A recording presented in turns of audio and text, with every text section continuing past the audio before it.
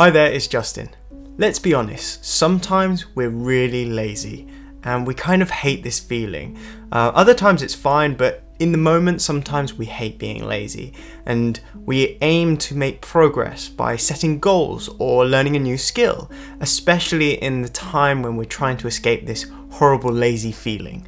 I want to tackle how we get past that. How do we overcome laziness and make constant progress?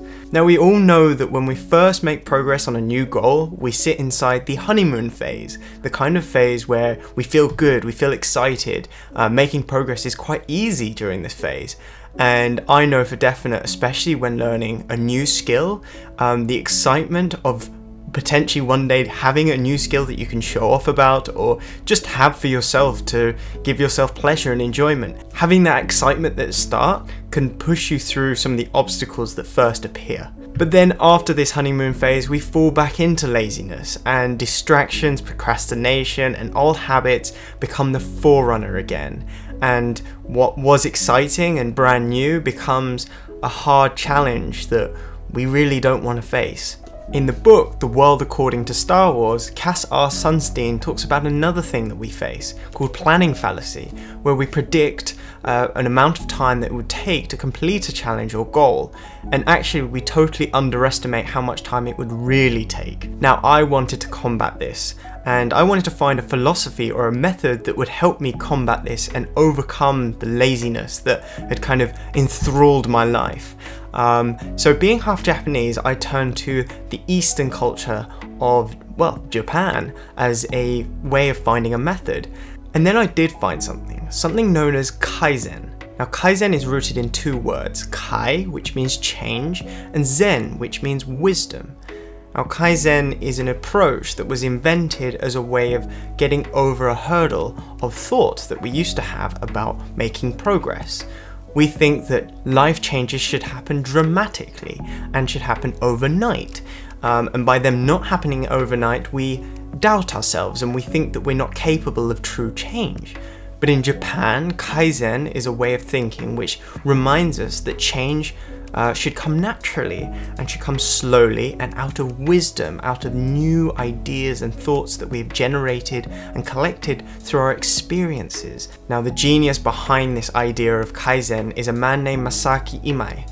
And Masaaki Imai thought about how we should be making progress in 1-minute intervals.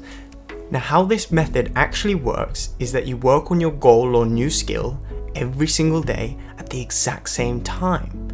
But you also only work on it for 1 minute and no more. Now, even if you're like me and you're lazy, you can still make progress because you can work on something for simply 1 minute. And come on, let's be honest, that's not a difficult task.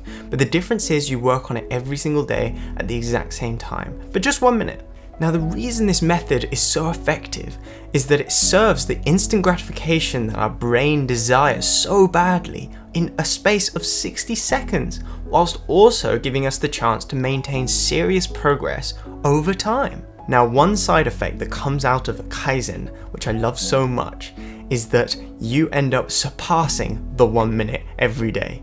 Because of the great feeling of satisfaction and completion that you get out of Kaizen, you end up going past that time, you end up working on something for more than a minute. An author that talks of something very similar is the famous author Tim Ferriss. Now, he's a best-selling author that's written books such as, well, The 4-Hour Workweek, and even writes huge books like Tools of Titans. These are very dense books that clearly require a lot of effort and a lot of work. But even Tim Ferriss talks of something called 2 crappy pages, which comes out of the Kaizen principle. Now, 2 crappy pages, what that states is that every single day at the same time, he has to write 2 crappy pages.